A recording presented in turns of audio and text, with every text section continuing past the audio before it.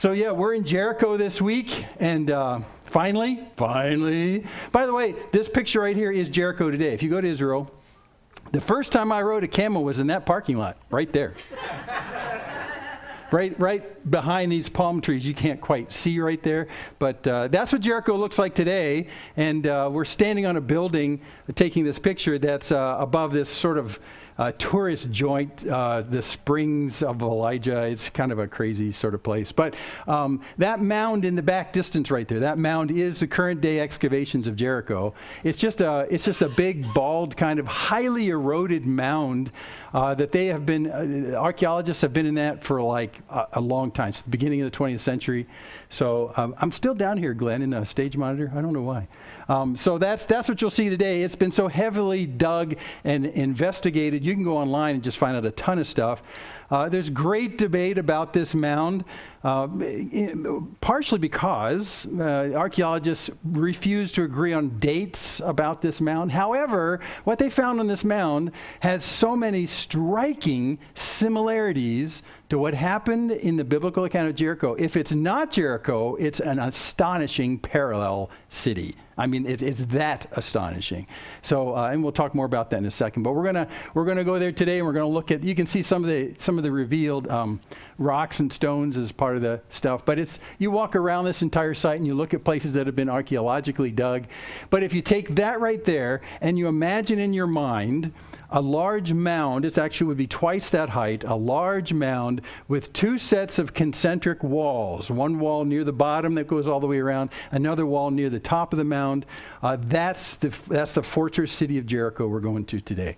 Okay, so let's find out what we're doing. Remember, it says be strong and courageous. That's chazak and hametz. That means strong, adhere to the truth. Hametz, apply it to where you are. And we're going to apply it in large measure today for the first time in impenetrable Jericho.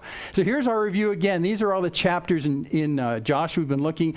Last time we looked at this, we were in chapter 5, and we finished the 5 months of preparation before the wars started. So we finished, that's a 5-month period, that bottom right block. Now today we're going to go to chapter 6, and we're going to fit the Battle of Jericho. Fit? I know. Is that the past tense of fought? I foughten, and fit? I don't know. Anyway, so we're going to fit it today in chapter 6. It's the beginning of a 7-year span of conquering the land. 7 years just to conquer the land. I was wondering about that the other day. This is just an aside. Wondering why did it take 7 years to conquer the land, the entire land? And what I found out as I was reading that there was actually a rationale behind it. And I'm not going to tell you what it is, but you can look it up. Why it took so long. Exodus 23 verses 29 to 30. It'll tell you why it just didn't happen in a year. And there's a very good pragmatic reason. So write that down, go look it up. Next week I'll ask you, so why did it take so long to conquer the land? It'll tell you right there. So anyway, 7 years, we're starting that 7-year period. Let me do a quick review because we're all in that prep period. Last time we got together, he talked about stacking up the stones when they crossed the Jordan. And that's remembering God's history, make a memorial to what God has done for you so you'll never forget. And then down there, remembering God's people, remember that these people are people that God has committed himself to. And part of the sign of God's commitment to them and vice versa was circumcision. That's why the flint knife. Ow! And then on the upper right, we have a picture of unleavened bread. So they did the Passover when they got in the land to remember when God did that tremendous rescue out of Egypt. So, and then also to remember God's power. That guy showed up. Remember that guy showed up with the sword? And then Joshua said, so are you first or are you against? That's sort of like that. And he didn't answer. He just said, nope. For us, against us, nope. But I'm the guy in charge of God's army. So that's what he said. By the way, before the end of today, we'll know his name. What? Well, sort of. Just hang with me. So, okay. And if I forget, remind me, okay? We'll find out. So remember, that was part of the final preparations was to remember that stuff. And before that, part of the preparations was us to get into their heads about what the ark is all about, because the ark's going to lead the way today in the whole thing. The ark, remember, has inside of it the pot of manna, a pot of manna from when they were in the wilderness, Aaron's staff that budded, and the 10 Commandments. And these are all physical representations of God's promises. That's why it's the Ark of the Covenant the ark of the promises of God. That's what covenant means. His promises to us, vice versa. And these promises God made in the midst of the people's grumbling. It's a fascinating thing. But those three things represent, in large measure, the manna, God's promise to provide for us, provision. Aaron's staff, God's promise to bring godly direction to what's going on in this new country. And the Ten Commandments, largely, and I said sovereignty, it's hard to capture the whole thing, but it's really God saying, I will be your God and you will be my people. Don't have any other God besides me. This is the backbone of how this society works. This society doesn't work just because we have good rules. This society works because I'm king, God says. And that's number one in the list of the Ten Commandments. So anyway, that's what they're supposed to remember. So when the Israelites see the Ark of the Covenant, they don't think, like Raiders of the Lost Ark, that it's a radio to God. No. I mean, forget almost everything you saw in Raiders of the Lost Ark, except the shape. The shape is actually quite biblical, what you see in that.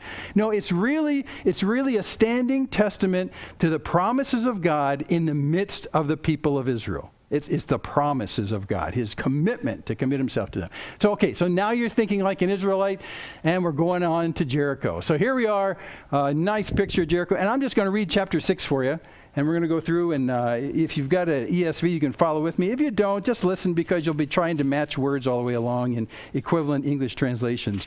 So just listen to what happens. You know this story anyway. But listen for things you've never heard before. So now Jericho was shut up, inside and outside, because of the people of Israel. None went out, none came in. And the Lord said to Joshua, see, I've given Jericho into your hand. Yeah, I think that's kind of odd, but we'll just keep going. No comments. I've given Jericho into your hand with its king and its mighty men of valor. So you shall march around the city, all the men of war going around the city once, and thus you shall do for 6 days. 7 priests shall bear 7 trumpets of ram's horns before the ark. And on the 7th day, you'll march around the city 7 times, and the priests will blow their trumpets. And when they make a long blast with the ram's horn, when you hear the sound of the trumpet, and all the people shall shout with a great shout, and the wall of the city will fall down flat. And the people will go up, everyone straight before him. So Joshua the son of Nun called the priests, and he said to them, take up the ark of the covenant. Let 7 priests bear 7 trumpets of ram's horns before the ark of the Lord. And he said to the people, go forward, march around the city, and let the armed men pass on before the ark of the Lord. So, and just as Joshua had commanded the people, the 7 priests bearing the 7 trumpets of ram's horns before the Lord went forward, blowing the trumpets, with the ark of the covenant of the Lord following them. And the armed men were walking before the priests who were blowing the trumpets, and the rear guard was walking after the ark while the trumpets blew continually. But Joshua commanded the people, look, you shall not shout or make your voice heard, neither any word go out of your mouth until the day I tell you to shout. Then you shall shout. So he caused the ark of the Lord to circle the city, going about it once, and then they came into the camp and spent the night in the camp. Then Joshua rose early in the morning, and the priests took up the ark of the Lord. And the 7 priests bearing the 7 trumpets of ram's horns before the ark of the Lord walked on, and they blew the trumpets continually. And the armed men were walking before them, and the rear guard was walking after the ark of the Lord, while the trumpets blew continually. And the 2nd day they marched around the city once and returned to their camp. And they did that for 6 days. Now on the 7th day, they rose early at the dawn of the day. They marched around the city in the same manner, but 7 times. It was only on that day that they marched around the city 7 times. And at the 7th time, when the priests had blown the trumpets, Joshua said to the people, shout, for the Lord has given you the city. And the city and all that is within it shall be devoted to the Lord for destruction. Only Rahab the prostitute and all who are with her in her house shall live, because she hid the messengers whom we sent. But you keep yourselves from the things devoted to destruction, lest when you have devoted them, you take any of the devoted things and make the camp of Israel a thing for destruction and bring trouble upon it. But all the silver and gold and every vessel of bronze and iron, those are holy to the Lord. They go into the treasure of the Lord. So the people shouted. The trumpets were blown. And as soon as the people heard the sound of the trumpet, the people shouted a great shout, and the wall fell down flat. So that the people went up into the city, every man straight ahead before him, and they captured the city, and then they devoted all in the city to destruction, both men and women, young and old, oxen, sheep, donkeys, with the edge of the sword. But to the 2 men who had spied out the land, Joshua said, "Go into the prostitute's house, bring out from there the woman and all who belonged to her, as you swore to her." So the young men who had been spies went in, brought out Rahab and her father and her mother and her brothers and all who belonged to her. And they brought all her relatives and put them outside the camp of Israel. And then they burned the city with fire and everything in it. Only the silver and gold and the vessels of bronze and of iron they put into the treasury of the house of the Lord. But Rahab, the prostitute, and her father's household, and all who belonged to her, Joshua saved alive. And she has lived in Israel to this day, because she hid the messengers whom Joshua sent to spy out Jericho. And Joshua laid an oath on them at that time, saying, "Cursed before the Lord be the man who rises up and rebuilds this city, Jericho. At the cost of the firstborn shall he lay its foundation, and at the cost of his youngest son shall he set up its gates." So the Lord was with Joshua, and his fame was in all the land. It's hard when you know a passage so well to take anything new out of it. So you got to act like you've never read this before. You got to act like your youth leader in church years ago never sang it in front of you, or you sung it in Sunday school. I mean, you just got to sort of start over again and look at the oddities of this. So that's what I tried to do.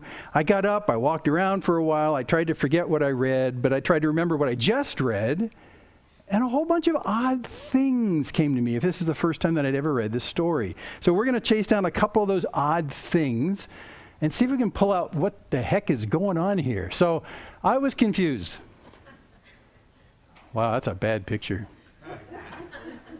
I was confused once I erased what I knew and started asking questions from what I was seeing. Because listen, every time you see a classical battle, okay, forget Jericho, but a classical battle, you know, you got these 2 armed camps and they're getting ready to do battle with one another. Usually there's an aggression side, they're invading the land. Usually there's a defending side, they're defending their land. And the aggression side, they're coming in to take land and take resources.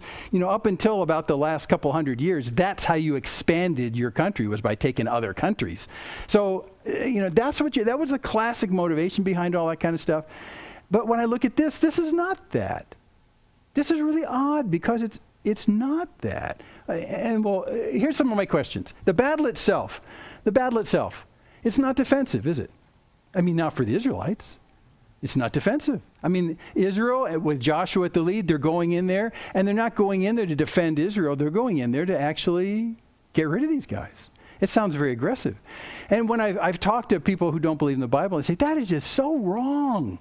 The only moral war is to defend yourself, self-defense. It's just wrong to go in and take other people's stuff. I mean, this is just wrong.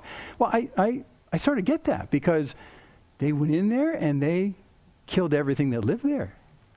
I mean, if that doesn't disturb you a little bit, you're not reading the passage new, okay? So Israel isn't engaged in this because they're defending their land, kind of, and we'll get to that in a second, but they are being the aggressors. And put me a little on edge. After that, too, another thing. In the account, there's not much battle. Did you notice that?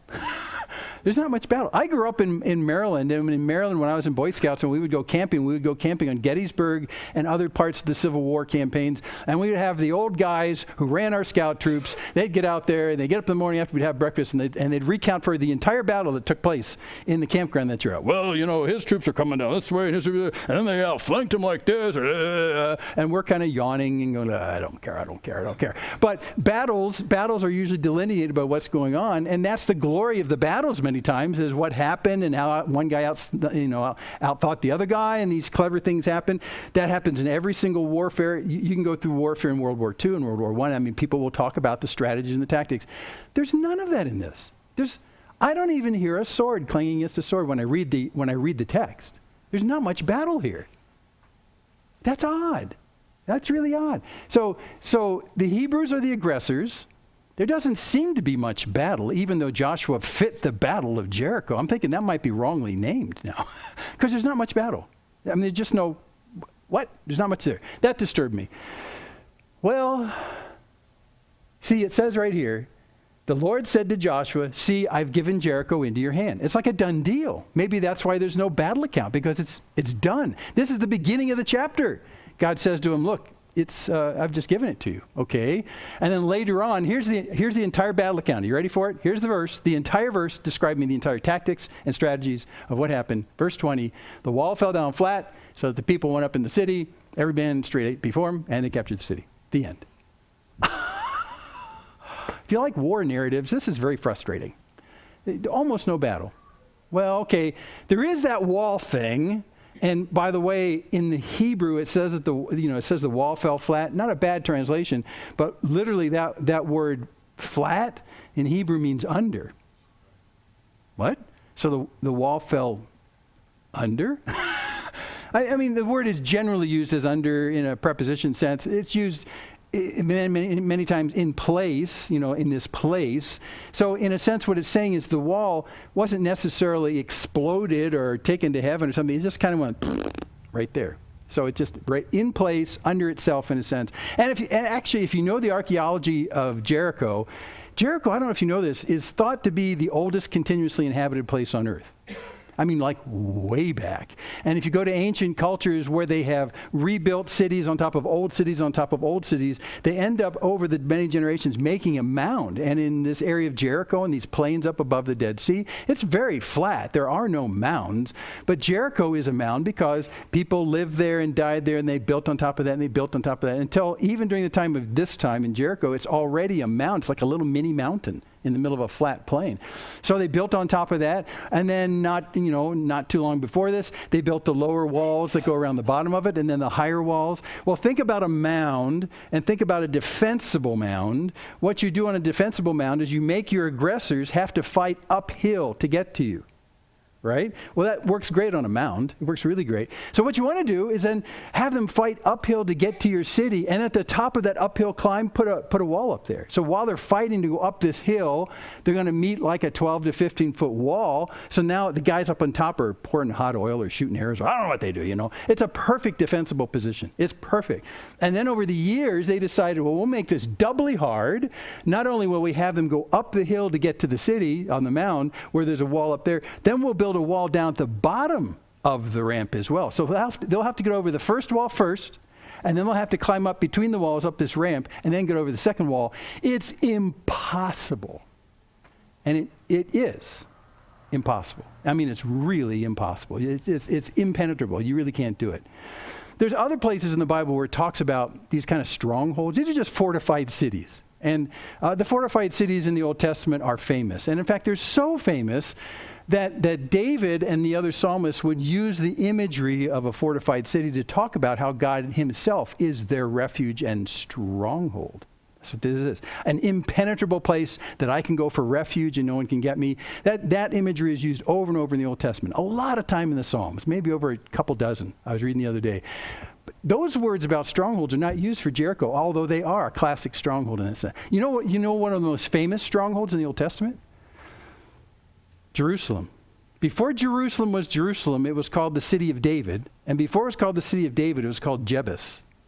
And when David went to move the center of the country to Jerusalem, he had to go to Jebus, which was a whole bunch of pagan guys who lived basically on a God-made hill. It was a hill that came down like a ridge, and this hill had walls at the top. It looked like Jericho except on the north end. It was kind of flat on the north end, but it was such a perfectly defensible spot with a wall at the top and sloping hills all along the edges that Jebus had been forever and ever completely unassailable. You couldn't get up the little hill up to where the wall is without the guys on top of the wall killing you. It was just impossible. So when David said, I'm going to relocate from Hebron up to that area up there where the Jebusites live, Jebus, they said, dude, won't happen. No one can get up inside the walls of Jebus. It's absolutely impossible.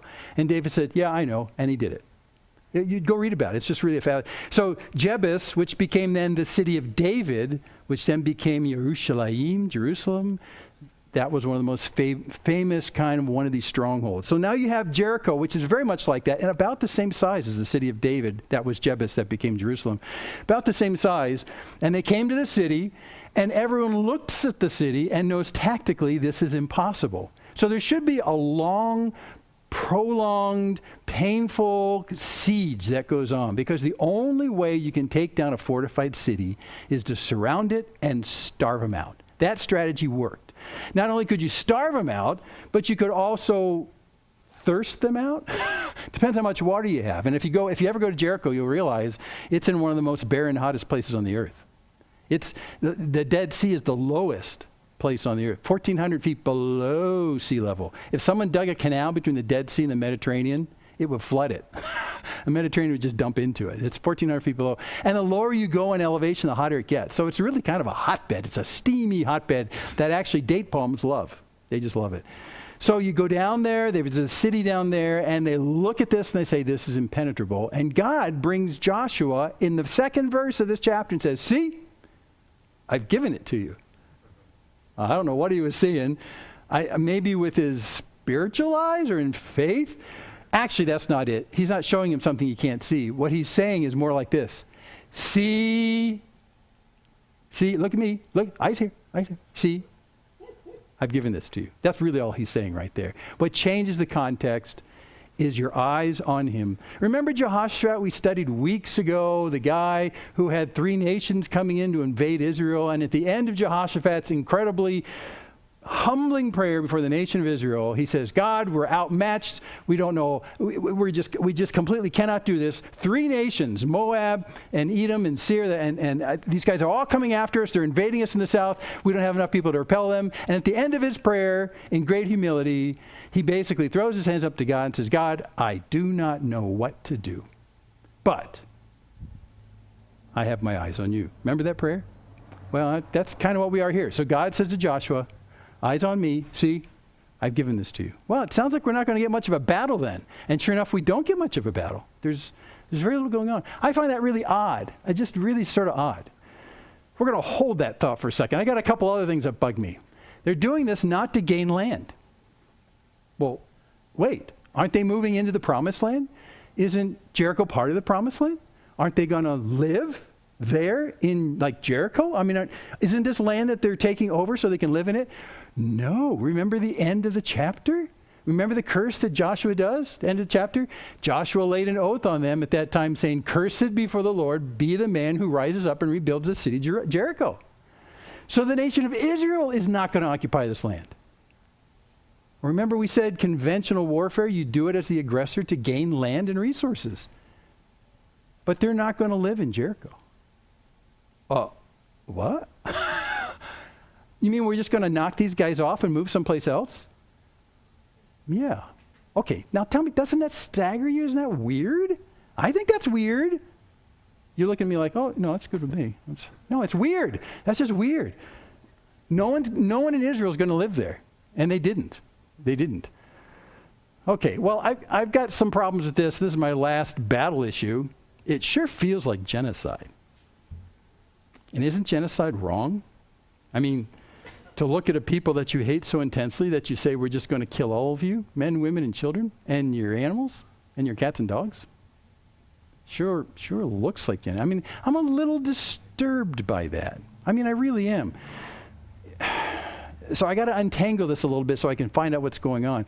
Clearly, my presumption about going into Jericho is that this is going to be a conventional warfare for a conventional reason. But all the conventional reasons are wrong. They're not going to live in the land. And they're not just going to, fight them enough to get them out of their hair. They're going to eradicate them. So something clearly in my presupposition about why this is happening is wrong. This is not a conventional battle warfare. Something else is going on. So that's what we got to answer. Well, see how he says it with this genocide, verse 17? The city and all that's within it shall be devoted to the Lord for the destruction. And he says this again in a verse after that. But you keep yourselves from the things devoted to destruction. So we're going to go into Jericho, not because we're going to live there eventually, but because everything in there is slated for destruction? Yes. Now it's sounding a little more disturbing to me. But the words of these 2 verses help you out, okay? Look, it says right here, devoted to the Lord for destruction, devoted to destruction. Devoted is nearly the same word as holy, means set apart. So what he's saying in these words is that what's inside this city has already been set apart, devoted to God, and God is using it for its destruction. So it's already been earmarked for destruction by God. So this isn't necessarily a personal vendetta between the Israelites and the Jerichoites. This is something where God says, I have already passed judgment on them, and they are devoted. See, it says, devoted to the Lord for destruction. He has passed judgment on these people and said, I've had the court of the great judge has looked at them and says they're wanting, and I am now condemning them to death. They are devoted to destruction. Everything inside, except their precious metals. So really, there is no personal motivation for the nation of Israel. They're not going to live in this land.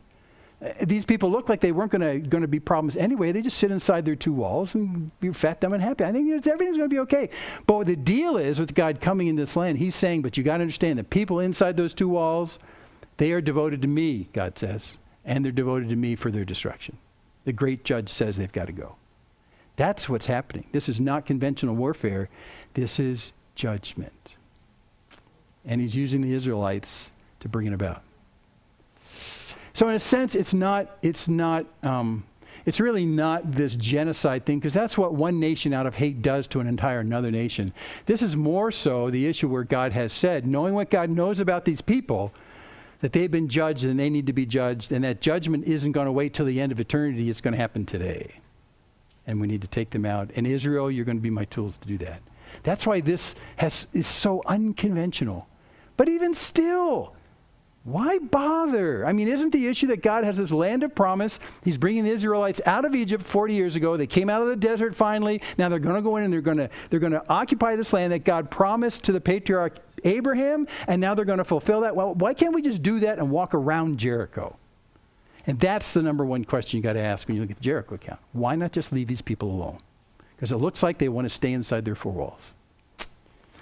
We could lay siege to it. And by the way, the archaeologists who've looked at the mounds there at Jericho, and now this is almost 100 years ago now, found earthen jars full of grain, which fits the time of year, because we know this is the time of year where a lot of grain is harvested. They'd filled up their storage jars, and the storage jars were nearly full of grain. So there was no way you're going to lay siege to these people, because they had an entire season worth of food inside. And they have a spring that comes out of the Wadi Kelt that feeds water into Jericho. They had enough food to last them at least 7 to 8 months, and they had an eternal spring of water they could dwell around. You were not going to lay siege to these people. And they found these pots of seed, of food, with, check this out, the top layer of it charred because the house got burnt that was being stored in. See, there's a whole bunch of these things that you read in the account that go, well, that sort of fits. We know the time of year is right based on the harvest that's inside. We know that these people went down because of a siege. It wasn't very long because their food jars were full. If they went under siege, it wasn't for months and years. It was maybe for a day. Well, we know it was maybe for like a week. So that's in the archaeological finds. That's why I say this. It is so close. If this is not Jericho, it's spookily parallel to Jericho. Feels like genocide, but there's something going on devoted to the Lord for destruction. It's something that God's bringing about. Now, if you go back and you look, you realize the issue that God has with these people is he just isn't mad at them. He is cautious for the people he loves, Israel, because these people have a remarkably toxic culture. Remarkably toxic. So when he brings in his loved ones, the nation of Israel, into this land, he cannot allow this toxic culture to remain, because it will have an effect. Now, will it have an effect just on the socioeconomic situation in this new country, or is it something more profound than that? And it's actually something more profound. So look at it. This is all over the Old Testament. Leviticus. You can find this in Exodus, Leviticus, Numbers, and Deuteronomy. It says it over and over and over and over and over and over. Leviticus 18:1. The Lord spoke to Moses, saying, "Speak to the people of Israel, say to them, I'm the Lord your God. You shall not do as they do in the land of Egypt." Right? All the stuff in their culture where you lived. "And you shall not do as they do in the land of Canaan." That's where we are in Jericho. "To which I'm bringing you. You shall not walk in their statutes." Well, why? Because it's toxic. Well, how toxic? Well, read further in Leviticus 18. He makes a list of how toxic. And I'm not going to read it to you because it's pretty disgusting, but I'll kind of give you the high points. This is right after this. Don't walk in their statutes. Why? Well, because they believe in incest. And if you want to read Leviticus 18, it's pretty nasty as he lists what the Canaanites do. I said incest in all of its forms. He lists all of its forms. And he says, I'm talking about sons with mothers. I'm talking about brothers and sisters. I'm talking about cousins and aunts. I mean, he goes through the entire permutations of how many kinds of incest can go wrong. He lists those in there. And then he moves on to things like adultery in all of its forms. Child sacrifice, sacrifices to Molech, where you take your youngest child and you sacrifice it to the god of fertility, hoping that you'll have a better crop this year. No, don't do that. Goes into homosexuality, and it's quite explicit. This is what this culture does. And he tops the whole thing off with bestiality. That's toxic culture. And the deal is, like he said at the beginning of Leviticus 18, I don't want you doing what they did in Egypt, and I don't want you doing what you're going to find they're doing in Canaan. And where was the hotbed for what they were doing in Canaan? It was in Jericho. They're doing this stuff in Jericho. And other places that they'll come across. Toxic culture in the midst of the promised land. And that's why God is saying, look, I'm going to bring my beloved people in here, but we got to get rid of this toxic culture. It's bad. Not just bad for the culture itself, but bad for God's relationship with the individuals of the nation of the Hebrews. It wrecks the relationship with God. Let me show you some more. At the end of this, he says, don't make yourselves unclean by any of these things, for by all these, the nations I am driving out before you have become unclean. And the land became unclean, so that I punished its iniquity, and the land vomited out its inhabitants. Okay, so Leviticus 18 is kind of a harsh chapter. But when he talks about toxic culture, this is a good way to talk. This is toxic culture. And he delineates it point by point how toxic it is. And it is so toxic that this land that God has already promised to Abraham and his descendants has been completely tarnished by these squatters who are in this land, who are doing unspeakable things against the sovereignty of God. Unspeakable. So when God says, I'm going to bring you into this land I promised you, we're going to have to clean house, because if you let this stuff stay there, it will affect you. That's why this cleansing took place. Not to gain land, but to cleanse this influence of the toxic culture. That's why this is going on. Let me show you some more scriptures. If you go all the way back to Genesis 15, which is where Abraham has his statement of faith to God, where God says his faith is reckoned to him as righteousness. In that same chapter, the Lord says to Abram, know for certain that your offspring will be sojourners in a land that is not theirs, talking about Egypt at this point, and will be servants there. Remember, they turned into slaves in Egypt. And they'll be afflicted for 400 years. Remember, they were there for that long. But I will bring judgment on the nation, talking about Egypt again, that they serve, and afterward they shall come out with great possessions. Okay, that's a great recounting of coming out of Egypt, which will happen a long time after God's talking to Abraham right here. And then he goes on, in Genesis verse 15 of chapter 15, as for you, you shall go to your fathers in peace. You shall be buried in a good old age. So Abram's not going to see this, but that's what's going to happen. God's prefiguring what's going to happen. And then he looks forward to this point in time, and he says in verse 16, and they shall come back here. He's actually standing in Canaan at the time he's talking with Abram. They shall come back here in the fourth generation, for the iniquity of the Amorites is not yet complete. What? Well, God's trying to give him an insight into why 4 generations. Why is it going to take so long to get out of Egypt and come into the promised land? Well, because God's saying, I'm going to let their sinfulness brew and fester until it reaches an apex. And then when it reaches an apex, so bad, in fact, that the land, if it could, would vomit them out. It's going to be that bad. So I'm going to wait to bring in my people to bring judgment on them until... See what he says? Until their iniquity is complete. It's come full gross. And then we're going to do something about it. That's what he's going to do.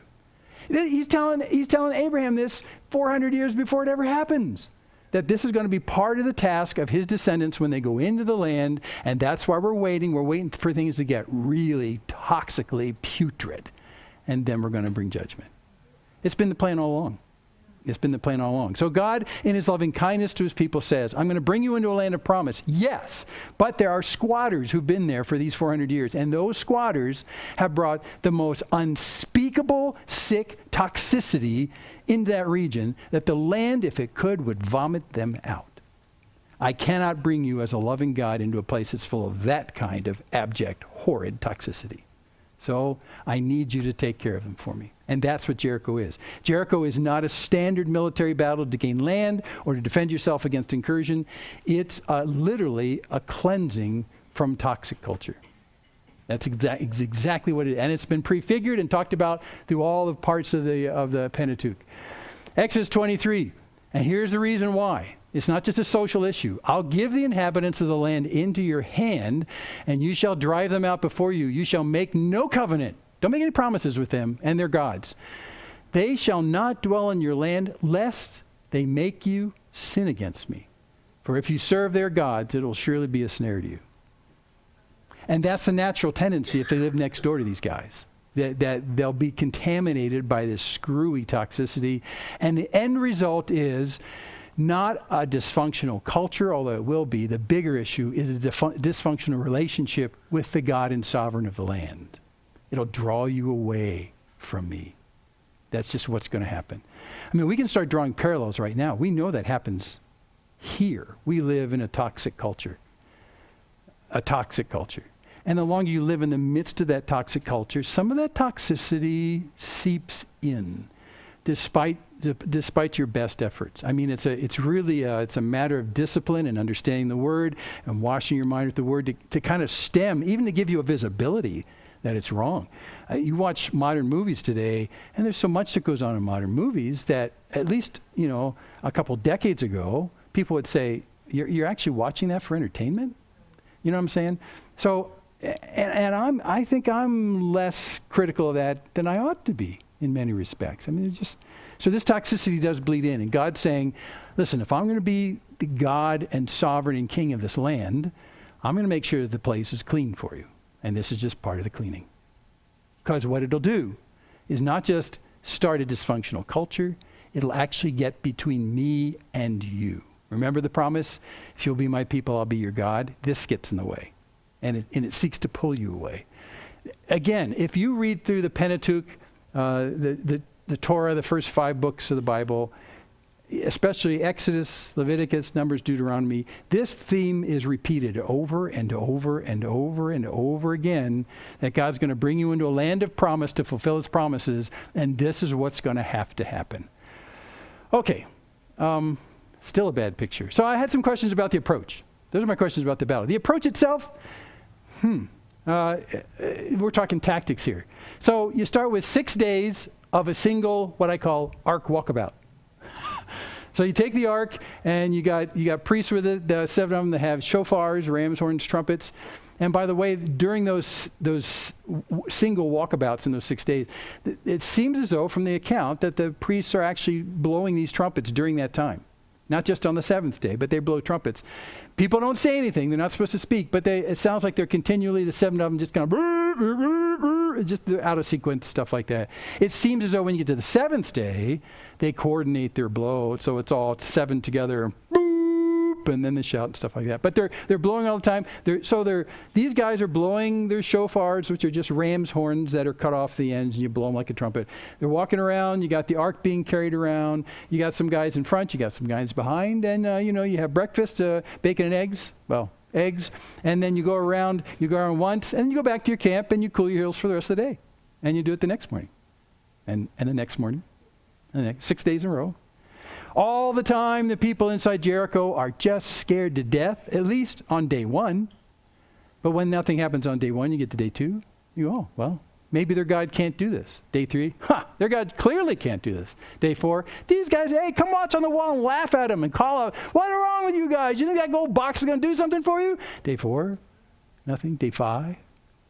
By the time you get to day 6, I'm sure they're having parties inside because they've won. Because even the God of the Hebrews can't deal with the double walls of Jericho. Oh! I think it drew out their pride and their avarice and their hubris. Hubris. I haven't used that word this week. So it draws out all this kind of pride that they've got. I think it does. 6 days that happens. And then the seventh day, and we'll try and unwind this in a second. The seventh day, you have 7 ark walkabouts. Now, in the idea that God never specifies an action that isn't teaching you something that's bigger and deeper, God's always teaching you something. Listen, in the laws of heaven, you don't have to do it this way. I mean, God's not constrained by some kind of laws to do these 6, one single law. He's made this up for a purpose of teaching the Israelites something.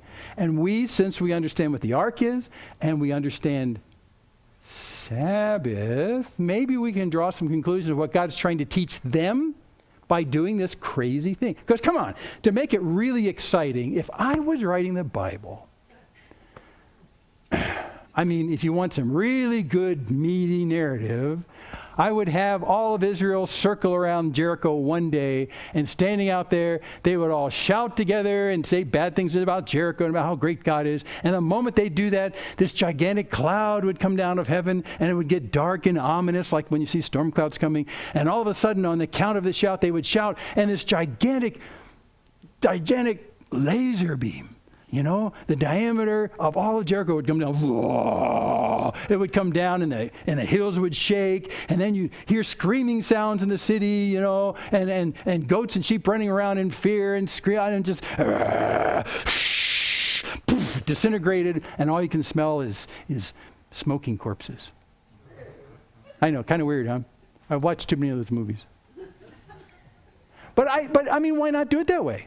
That would be a great show of God's power, wouldn't it? I mean, there's no way they could go home and say, yeah, guess what we did today? They couldn't. They'd say, well, we waited and God came. And that impenetrable city, which is indeed impenetrable from human resource, God didn't bother going through the walls. He came down from the top. They don't have a roof that can stop God. No. That's how I would have written it. So why do this? Have you ever thought about that? Is God just being arbitrary? No. This is what Old Testament narratives are really fun to do. You've got the whole narrative picture in your head. You've got the whole story in your head. Now you kick back from the desk and you walk around the living room for a while and you go, what is God trying to tell us by doing this? It's just, what? And the best way to be able to interpret the message God's giving to Israel is to think like an Israelite.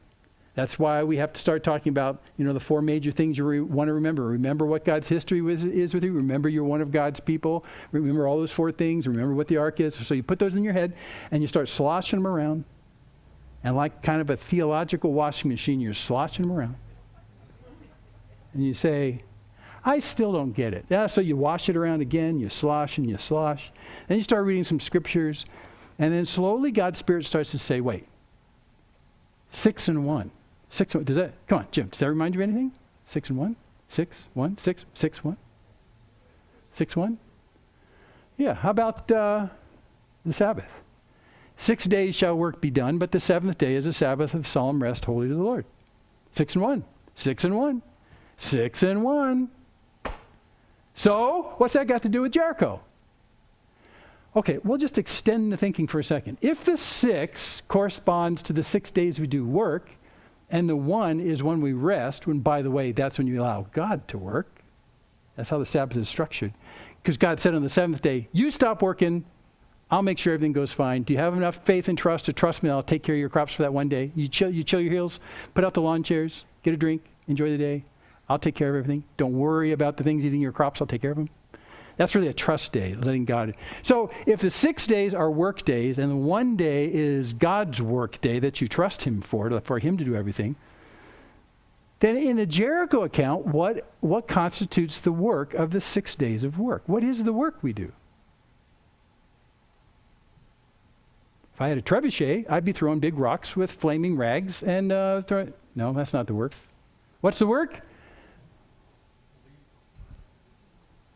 We follow the ark around the problem.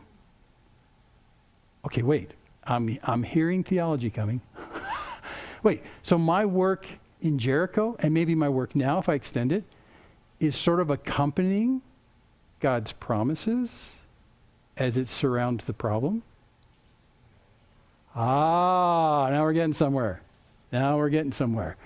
What's the work and what's the rest of Jericho? Well, the work indeed is accompanying God's promises around the problem. I mean, that's literally what they're doing. It's literally what they're doing. In that box is God's promise to provide for them and to lead them and to be the sovereign king of a nation. If they'll be his people, he'll be their God. And he is saying, that's my promises to you. Are you willing to take this aberration of this toxic wart in the area? Are you willing to take those promises and walk and accompany my promises around this impenetrable, impossible problem? That's your work. You accompany the promises of God. Now, listen, when you're up against an impenetrable problem, that's not what we do. I mean, if you're like me, that's not what I do.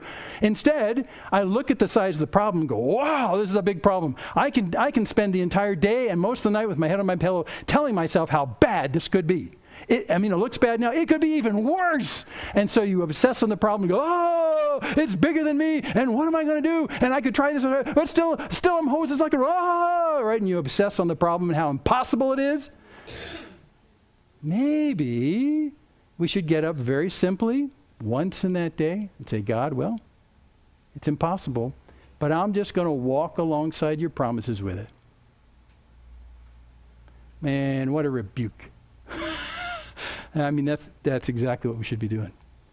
Walk behind and before and alongside the physical representation of God's promises, his history to us, the fact that he's allowed you to be his child. He loves you. Impenetrable problems are impenetrable to you, but they're not impenetrable to God. They may have double walls around the outside of them and inclined approaches, but God looks down from the top. Yeah, not a big problem. Not a big problem. What's the rest? So that's the 6 days. What happens on the rest? Well, on the rest day, we get to watch God conquer the problem supernaturally. That's literally what they did. They get a front row seat, which is what they did. They could have been far away. God says, I want you right there. I want you right there. And you get a front row seat on God conquering the impenetrable problem. So on your day of rest, instead of obsessing about how threatening this intransigent problem can be in my life, you put your feet up, you set out the lawn chair, you get some iced tea, and you watch the God of the universe take care of the thing that threatens you. Because on the day of rest, you don't work, but God does. He'll look out for you. If you'll entrust your future to him. And that's really what happens right here. Exactly. Now, 7 times around, why 7? Yeah, that's the number of God's fullness. Yeah.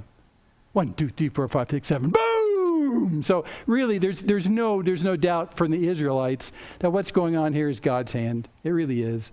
It really is. Now, God could have instructed them to go find, there were 2 gates into Jericho. The gates are the heavily manned, fortified gates, big gate. You've seen this, Lord of the Rings, those kind of gates, big gates. And all you have to do is take your limited force inside the city and place them strategically behind the gates. You don't have to put them anywhere else because they can't get in anywhere else. So it's a very efficient way to put your troops. Solomon came in with a really cool gate system that the gates were actually quite thick and deep and had 6 rooms, 3 across from each other. So you could put soldiers in these 3 across rooms. And so as you came in the outer gate, you'd have to deal with the soldiers in the first pair of rooms on the left and right. And if you got past them, and the other soldiers in the pair left and right. And then if you got past them, the last with 2 pairs, 2 pairs are, it's pretty cool. It's a cool gate system. To this very day, you go to Israel, you can find those gates, the stone foundations of those 6. But anyway, so you put your guys right there, and you should be ready to be able to take anything. So it should be impossible to get in there. So God could have said to Israel, take your best guys, go to the gates, that's the weak points, and start pounding those at those big rams. Boom, boom. And eventually I'll soften the wood on the doors. Boom, boom. And they'll crack open and you'll have guys you have to fight, but I'll take care of those guys. That's what God could have said. He does not tactically divert them to the weak points in the wall. He just says, go around the wall 7 times and shout. And notice, I like this, you don't shout after the walls go down. You shout before the walls go down. What's that telling you? Well, you can celebrate before God even does it. See, it'd be one thing if I was standing there in a big circle with everybody else and all of a sudden all the walls came down and felt the ground shake. You go, whoa! It'd be natural to go, whoa! Right? That's what you do. But instead, they go, whoa! That's actually an act of faith, is what that is. There's faith in Jericho? Yeah, there is. There is. So how about in our lives? I mean, when you're up against impenetrable problems that seem to be planted in your life, in your land of promise from God, impenetrable problems. And I'm not talking about the neighbor next door. No, I'm talking about something that's actually in here. Something in the toxic culture which has moved its way in here or already was here when you gave your life to Christ. And it's still planted right here and it doesn't seem to be going away. Paul says, I've got this thorn in the flesh. I think that was one of his thorns in the flesh. It was this Jericho that was stuck there. And he says, God, take this away. And God says, no. My grace is sufficient. I need you to have a reason to come back for my grace. I've taken care of that. Don't worry about it. So what do you do? If there are 6 days of one tactic of work and then one day, what do you do when you face impenetrable, unmovable, double-walled problems in your life that don't seem to change? Well, on Monday, I come to God first off and say, well, God, I know your promises to me. I'm just going to accompany your promises around that problem today and I'll move on to something else. And then Tuesday I do that. And on Wednesday I do that.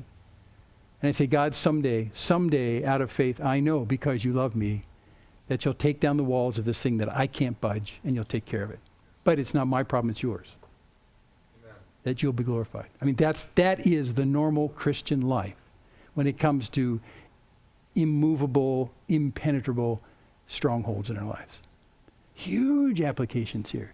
And then when God takes care of these things, then you can come out and tell people, listen, I lived this thing for years and I went to God every single day and say, God, I know your promises to me. I stand behind those promises. I accompany those promises. I let them walk with me today. I put my trust in those promises. And guess what God finally did? I'm free of those things. And I could point to you and tell you people even here that have had that experience and had something that was so immovable that looked like it would never change in their life, where they persisted in going to God and say, God, I know your promises for me. I know that you love me. I know that you provide for me. I know that you want to give me life that's abundant. I know that your promises to me, I'll stand behind those promises and wait till you take care of this. And then he does. And the walls come a-tumbling down. That's what Jericho is supposed to be to tell us. That's what Jericho is all about. Well, let's do some application. We'll be quick. Okay, number one, I wrote these out so I wouldn't misread these. God has supernaturally freed us from our enslavement to sin. That's pictured by Egypt, getting out of that kind of enslavement. In order to bring us into a life of promise, that's pictured by Canaan, his promises to us.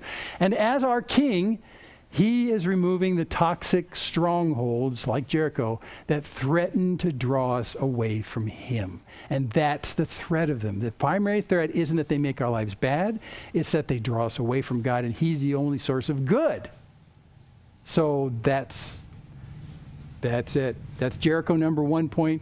Jericho number 2 point. Once encountered, our response to these strongholds is to persistently parade God's promises around them and anticipate his supernatural destruction of them. That's the story for Jericho and the Israelites. That's the story for us who follow him, who has promised to us abundant life, but there still are Jerichos in our lives. So before we leave today, maybe before the end of the day, I want you to go before God and say, God, there are strongholds, and they have in here that continue to persist in here, and I don't want them to be there, but they're still there. So today, I'm going to recite to myself as I parade your promise. I'm going to recite your promises to me, what you promised out of your love for me. And I'm just going to say, God, you're the one that loves me more than I love myself. I'm going to accompany and parade your promises around this problem and then just leave them with you because you're the only one that can bring about that kind of change. Just like Jericho. Impenetrable? Yes. Impenetrable God? No, not even close. Not even close. Not even close. And go to him and do that. And that's our daily discipline, is to parade God's promises around the problem. And when I say parade, I don't mean disrespectfully, but I mean really to parade them around in front of my own eyes and in front of my own heart. we forget when Jerichos show up in our life and continue to persist in our life, we start to think that maybe God has stopped loving us. We begin to think that maybe God has lost his touch. He can't do anything about it. We begin to actually think, and this is out of the Psalms and parts early in the Old Testament, we begin to actually think that maybe God's sleeping and he doesn't notice. No. God never slumbers. He never sleeps. His love for you is a 24/7 thing that never goes away. You're the one that forgets about them. So we need to pray them in front of our eyes and continually give them to him. Say, God, I don't want this to be part of my life. When I sin and something slips out of me and it reveals the fact that there's still an extraordinarily dark chunk inside my heart, it disgusts me. On the one hand, it disgusts me because I hate it even though I just did it. Am I alone in this? You're looking at me like I'm a freak. Okay. You're just not trying to make eye contact. So when this thing comes out and that thing reveals to me that there's still something that's hidden but quite dark inside here, what I do is I go to him and say, God, I don't want that to be part of me. I don't want, but it still seems to be like Jericho. It still seems to be built and stuck in there, and I don't want that to be in me. So like at Jericho, I'm going to recall your promises to me that are based on your love for me. I'm going to couple your love together with your omnipotence, your power to do anything. And God, instead of me trying to take a battering ram at this problem and try knocking down the weak sides of it at the gates, I'm going to say, God, this is yours. Please take this because I don't want this to be part of me. That's the accurate response to sin that manifests in your life. A little bit of grief, and give it to him. Because I got to tell you, if you try and take this thing down by yourself, it'll be like trying to take down impenetrable Jericho. It will not go. And that's why God for a period, many times leaves those things and doesn't snap his finger and pull them out of your life. He wants to teach you how to come to him and give these things to him. And then in his gracious, loving kindness, he does. Eventually. But some things might last for a long time. As we go through the history of the conquest of Israel, we will see people groups that are like these toxic culture pimples in the land. And some God will intentionally let stay there as a reminder to the nation of Israel that they need to come to him and appeal to his grace all the time for their loving kindness. It's a remarkably applicable story. I'm happy now. Again, this is why I like reading historical narratives in the Old Testament. If you just take a step back and walk around the room and say, God, I don't get this, eventually says, listen, play the story again. Why did I do this? Why is that? Because this is all not only historical reality, it actually happened, but it's also, in a sense, a living drama designed by the God of the universe to teach you something that you probably won't absorb just with words. You're going to have to live in it.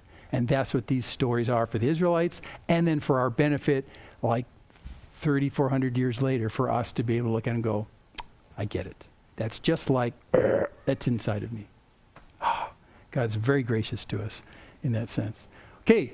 Oh, the name of the guy with the sword.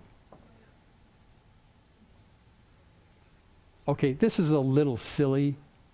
Okay, as I was looking through Exodus, Leviticus, Numbers, Deuteronomy, look at this. I'll send my terror before you and will throw into confusion all the people against whom you shall come. And I'll make all your enemies turn their backs to you. That means they're running. And I'll send hornets before you, which shall drive out the Hivites, the Canaanites, Jericho, and the Hittites from before you. But in fact, when it says I'll send hornets, it actually says I will send the hornet.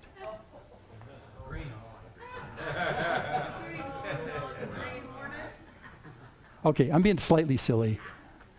But as I thought about this, because I was laughing when I found this, the hornet, that's that guy's name he's the hornet. Wow. Well, yeah, no. But it is singular, the hornet. What's interesting is the imagery of hornets. There's no place to hide, right?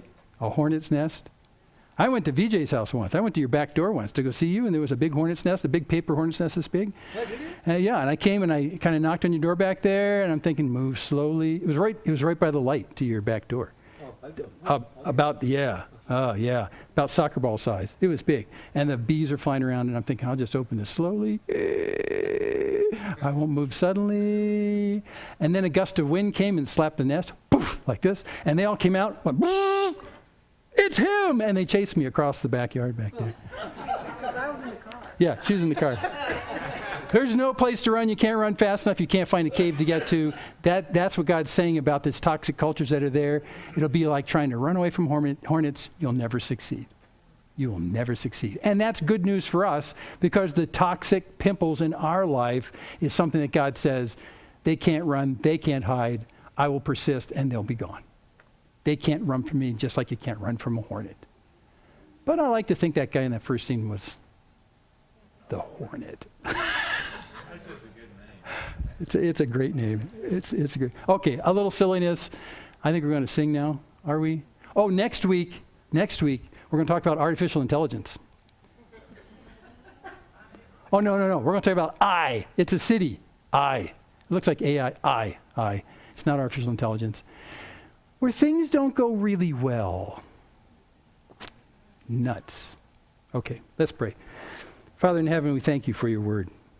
What a delight it is to our heart. And Lord, what a comfort it is to our heart that you look at these toxic things that are part of us, that are around us, that seep into us, that plant themselves in us, and that you will not be stopped in eradicating them from us, because you understand more than we do that those things put distance between us and you. And Lord, the last thing we want is distance between us and you. We want nearness. Like the psalmist says, your nearness is my good. And Lord, we understand these things bring distance between us. So Lord, as we walk alongside your promises to us, we calmly entrust to you the work of eradicating them from our lives. And Lord, we entrust to you even the slow and semi-painful process of outing these toxic pimples in our lives through actions that embarrass us and point to the fact that there still is great darkness embedded in there. And yet, despite that, you see it, and you are slowly working them out, and you're allowing us, like the Israelites, to take a front row seat on the destruction of those things that take us away from you. And we are grateful for that. We're grateful for that kind of love for us. So thank you for this story, and continue to teach us through your Spirit deeper truths than just the history of the fall of a people, but actually of the conquest of a God who loves his people so dearly that he will not stand by and allow this kind of toxicity to live next door. So we thank you for all this now in Jesus' name. Amen.